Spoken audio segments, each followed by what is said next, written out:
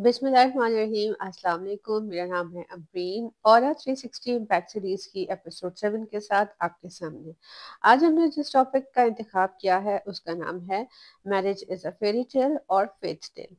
तो आइए इसके बारे में थोड़ी सी बात करते हैं और देखते हैं कि मैरिज जिसमें हमारी ख़ास तौर पे लड़कियां बच्चियां एक फेरी टेल समझकर दाखिल होती हैं, तो उसको मोर रिवार्डिंग यानी कि जिसमें ज़्यादा से ज़्यादा अल्लाह ताला की रज़ा और खुशी हासिल हो, वो कैसे हम इस फेरी टेल को फेथ टेल बना सकते हैं। तो ये एपिसोड ऑफ कोर्स उन लोगों के लिए है जो यंग बच्चियां हैं, जो यंग बच्चे हैं, या जो भी अपने आप को किसी भी स्टेज ऑफ मैरिज में हैं, चाहे सीनियर हैं जूनियर हैं, इन सब के लिए वो मज़ेदार से पॉइंट है जिनको आप अपना के अपनी शादी को ज़्यादा रिवॉर्डिंग बना सकते हैं अल्लाह सुब्हानहू व तआला की नज़र में। तो एक बात कही जाती है कि marriage is not meant to be perfect marriage but it is meant to be purposeful marriage. Purposeful marriage का बड़ा जिक्र हमने पिछले एपिसोड से भी किया, तो उसके बारे में भी थोड़ी सी बात करते हैं। और फेरी टेल को फेरी टेल के साथ कैसे कनेक्ट करेंगे, आइए इसके बारे में बात करते हैं। टॉपिक पे जाने से पहले आपको मैं कुछ कुरान से रेफरेंस बताती हूँ जिसमें अल्लाह ताला ने कई मकामात पे सूरह बकरा हो गई, सूरह रहमान हो गई, उसमें कई मकामात पे बार बार हमें बताया है कि हम as a nation, as a उम्मा जो है वो हम उम्मत वस्त हैं, यानी कि हम बीच की चीज़ हैं, हम दरमियान में एग्जिस्ट करते हैं, लाई करते हैं। तो हमारा जो बिहेवियर है वो भी मॉडरेट होना चाहिए, यानी कि we are in somewhere in between, right. तो मॉडरेशन जो है वो हमारी उम्मत का खासा है। फिर आगे भी सूरह रहमान में अल्लाह ताला ने कहा कि भाई इस पूरी कायनात को जो है वो मीज़ान में जो है वो उसमें अल्लाह ताला ने पैदा किया, मीज़ान यानी कि बैलेंस जो है वो पैदा किया।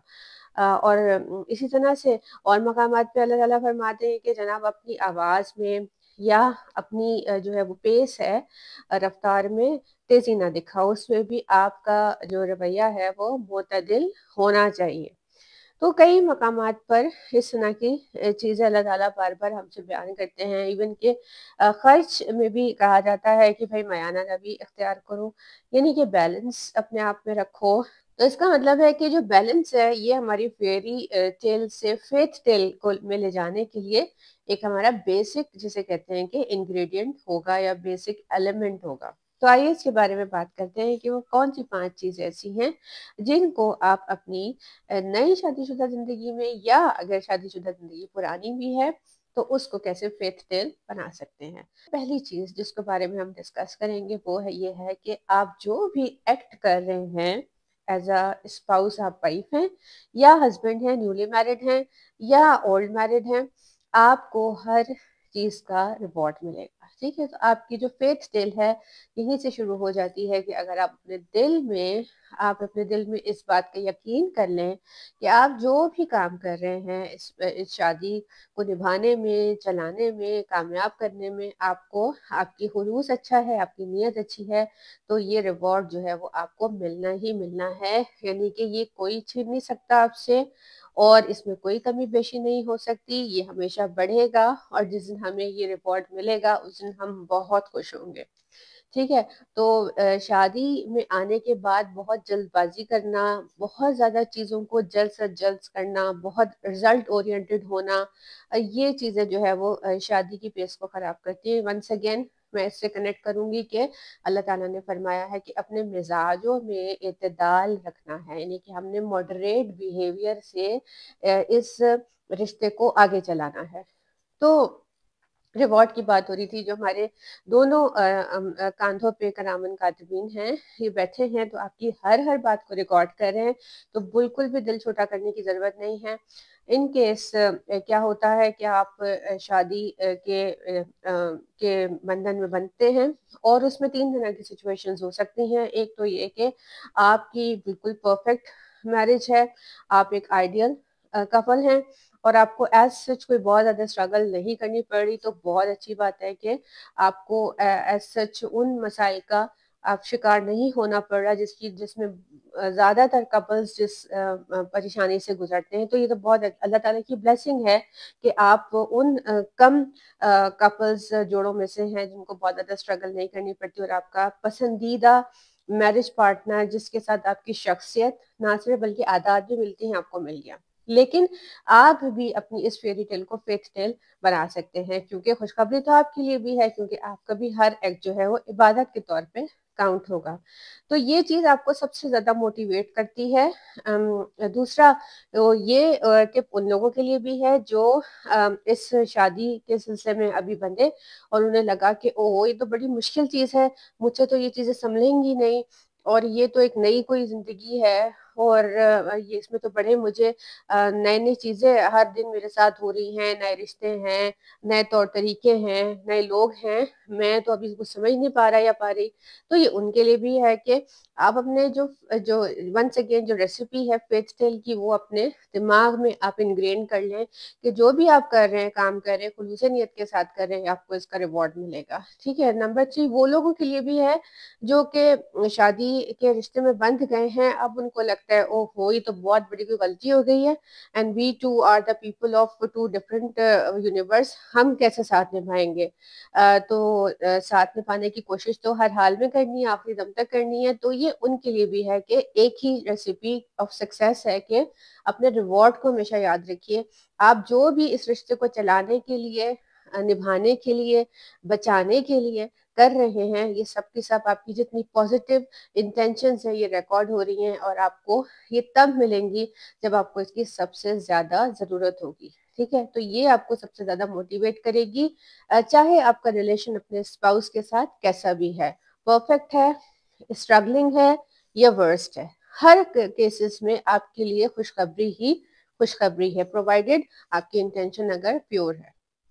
نمبر 2 پر آ جاتے ہیں، اور نمبر 2 ہمارا ہے کہ اس میں ہمیں جب ایک نئے ریلیشن میں آتے ہیں تو کچھ چیزیں ہمیں بہت ڈفرینٹ لگتی ہیں، تو یہ ڈفرینسز کو کیسے جو ہے وہ ڈیل کیا جائے۔ سم ٹائم ڈفرینس روٹین میں ہوتے ہیں، some time difference life style میں ہوتے ہیں، سم ٹائم ڈفرینسز فیملیز میں ہوتے ہیں، ان کو کیسے کیٹر کیا جائے۔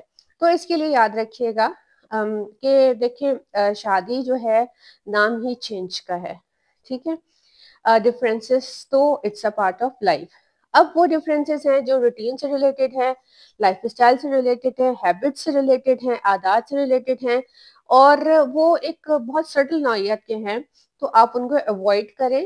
آپ اپنا اوور آل گھر کو، نئے رشتے کو فلرش کرنے کے لیے، اس کو گرو کرانے کے لیے جو چھوٹی چھوٹی چھوٹی چیزیں ہیں آپ ان پہ زیادہ توجہ نہ دیں، آپ بڑی چیزوں کو جو ہے وہ اپنے سامنے رکھیں، اور ان چیزوں پہ آپ زیادہ جو ہے وہ فوکس کریں جو آپ کی کامنالٹیز ہیں، رادر دین آپ صرف ان چیز کو پوائنٹ آؤٹ کریں جو کہ آپ کا پوائنٹ آف ڈفرینس ہے۔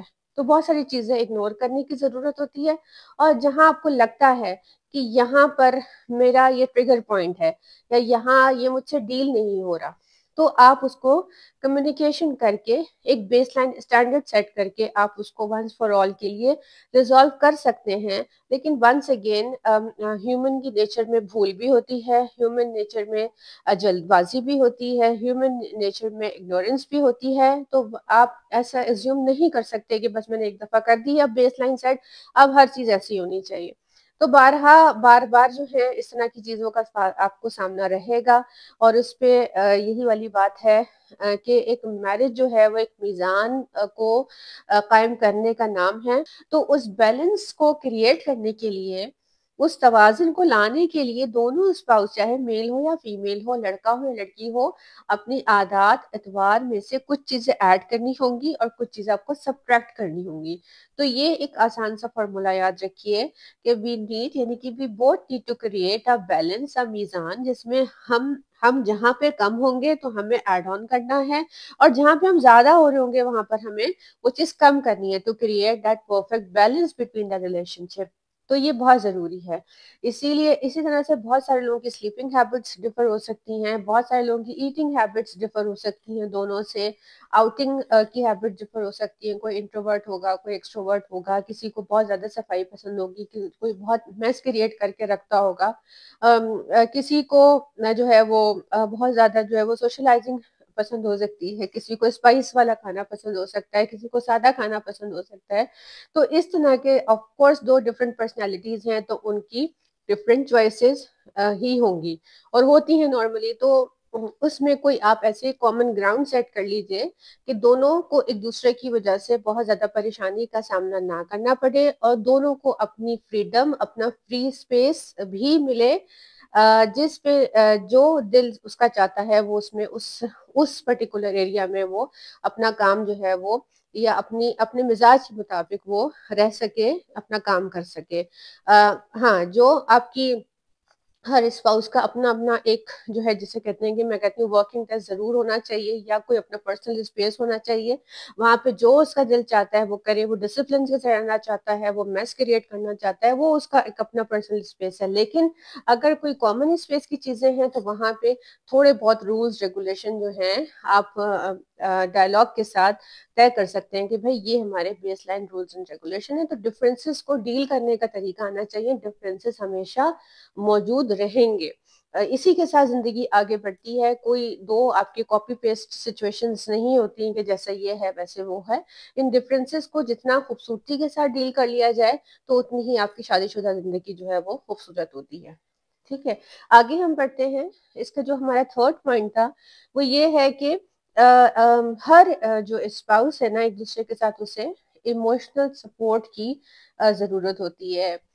हम ये समझते हैं कि शादी शायद फिजिकल जो है वो सेटिस्फेक्शन के लिए है, या उसमें हमें फाइनेंशियल जो है वो एक सिक्योरिटी दी जाती है, या सोशल जिसे कहते हैं कि सोसाइटी में हमें मूव करने के लिए हमें जो है वो शादी जो बहुत ज़रूरी होती है। लेकिन हम ये भूल जाते हैं कि हमें ख़ास तौर पे फीमेल्स को इमोशनल जिसे कहते हैं सपोर्ट की बहुत ज़रूरत होती है, इमोशनल डायलॉग की बहुत ज़रूरत होती है।